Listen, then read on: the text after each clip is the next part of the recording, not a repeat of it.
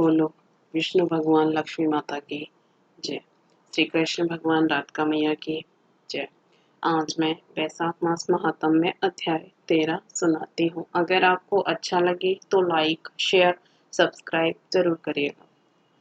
ब्रह्मा जी कहने लगे कि हे यम, इसमें क्या आश्चर्य की बात है? क्यों दुखी होते हो? सद्गुणों से ईर्ष्या करना मरणांत तक होता है। उसके उच्चारण मात्र से ही परम पद की प्राप्ति होती है। फिर राजा के शासन से विष्णु लोक को क्यों न जाए, जिसकी जीवा पर हरि ये दो अक्षर विराजमान हैं, और जो विष्णु भगवान को प्रणाम करते हैं, स्मरण करते हैं और उनके गुण अनुवाद गान करते हैं, उनको अश्वमेध यज्ञों के समान फल मिलता है। संपूर्ण पाप दूर हो जाते हैं। भगवान प्रसन्न होने से विष्णु लोक प्राप्त कर सायोजिकता प्राप्त करते हैं। यज्ञ करने वाले कुरुक्षेत्र या सरस्वती में स्नान करने वालों को तो फिर से जन्म लेना पड़ता है, परंतु वैशाख मास में जो माधव भगवान के धर्मों का पालन करता है, उन पर विष्णु भगवान प्रसन्न होकर सदा उसकी सहायता करते हैं। हे सौरे, उस राजा का प्रभाव मेरे वश में नहीं, क्योंकि वासुदेव भगवान के भक्त का अशुभ कहीं नहीं होता। उसको जन्म मृत्यु जरा व्याधि आदि भय नहीं व्यापते। स्वामी के नियुक्त कार्य करने पर देहधारियों को कुछ अपराध नहीं होता। हे यम, जब तू इस कार्य के करने में असमर्थ है तो तेरा क्या दोष? तू शोक मत कर। ब्रह्मा जी के ऐसे कहने पर यम बहुत दुखी हो दीन वाणी से कहने लगा, हे तात, अब मुझे अपने काम पर जाने की इच्छा नहीं है। इस महावीर्यवान राजा को जब मैं अपने धर्म से चलायमान कर दूंगा तब कृतकृत्य हो जाऊंगा। हे कृपालु, आप मेरे इस कार्य को सिद्ध करा दीजिए, तब मैं फिर शासन करूंगा। यह बात सुन ब्रह्मा जी यम से कहने लगे कि इस विष्णु धर्म परायण राजा का निर्जय तो नहीं कर सकता।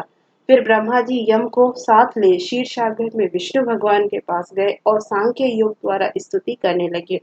तब विष्णु भगवान प्रकट हुए तो यम और ब्रह्मा ने प्रणाम किया। तत्पश्चात विष्णु भगवान ने आने का कारण पूछा। ब्रह्मा जी बोले, हे श्रेष्ठ, आपके दास राजा के शासन में सब मनुष्य वैशाख धर्मों को उस करके विष्णु पद को प्राप्त करते चले जा रहे हैं। इसी कारण यमपुरी शून्य हो गई है। इसे अत्यंत दुखी होकर यह यम राजा से युद्ध करने गया और उसको मारने का दंड उठाया। तब आपके चक्र ने इसे परास्त कर दिया तो यह दुखी हो मेरे पास आया। हम आपके महात्मा भक्तों को दंड देने की सामर्थ्य नहीं रखते। अतएव हे महाविभो, हम आपकी शरण में आए हैं, इसलिए हे प्रभु, उस राजा को दंड देकर आप अपने यम की रक्षा करिए। ब्रह्मा के यह वाक्य सुनकर विष्णु भगवान हंसे और ब्रह्मा जी व यम से बोले, मैं लक्ष्मी तथा प्राण और देह श्रीवत्स कौस्तुभ मणि तथा वैजंती माला श्वेत दीप वैकुंठ क्षीर सागर शेष और गरुड़ का त्याग कर सकता हूँ, परंतु ऐसे भक्तों को कदापि नहीं त्याग कर सकता जिन्होंने मेरे लिए संपूर्ण भोग त्याग दिए, प्राण छोड़ दिए, मुझ में ही अपनी आत्मा को लगा दिया। उन्हें मैं कैसे छोड़ सकता हूँ? अतएव हे यम, मैं तेरे दुख को दूर करने का उपाय बताता हूँ। उस राजा को मैंने 10 सहस्त्र वर्ष की आयु दी है, उसमें से 8 सहस्त्र वर्ष बीत चुके हैं। अब 2 सहस्त्र वर्ष की आयु भोगकर वह मेरी सायुज्य भक्ति को प्राप्त हो जाएगा। तब एक वेन नाम का राजा बड़ा दुराचारी होगा। वह सब वेदोक्त धर्मों का लोप कर देगा। तब वैशाख के धर्म भी नष्ट हो जाएंगे। फिर अपने ही पाप से वैन जल जाएगा। तब मैं पृथु का रूप धारण करके पुनः धर्मों की स्थापना करूंगा और वैशाखोक्त प्रख्यात धर्मों मनुष्यों से कराऊंगा। इस प्रकार हे यम, तेरे कार्य को सिद्धि हो जाएगी। तू खेद मत कर। वैशाख के धर्म में निष्ठ महात्माओं द्वारा इस वैशाख मास में भी तुझे भाग प्राप्त होगा।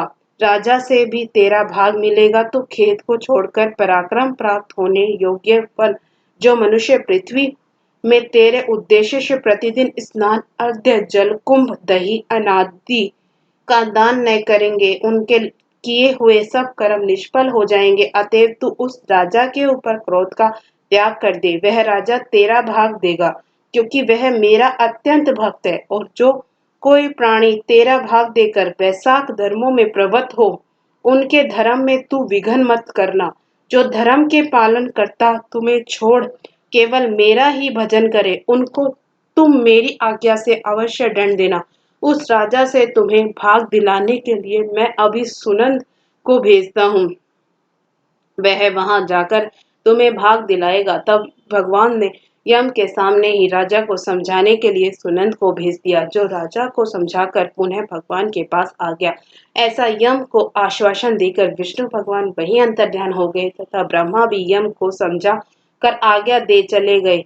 यम भी कुछ प्रसन्न हो अपनी पुरी को चला गया। फिर सुनंद की आज्ञा पर राजा ने अपने राज्य में सारी प्रजा को प्रतिदिन यम के निमित्त स्नान अर्घ्य आदि करने की तथा वैशाख के धर्मों में यम को भाग देने की सूचना करा दी कि अगर जो कोई धर्मराज का भाग नहीं देगा, उसके वैशाख में दिए कर्मों को यमराज स्वयं ले लेंगे।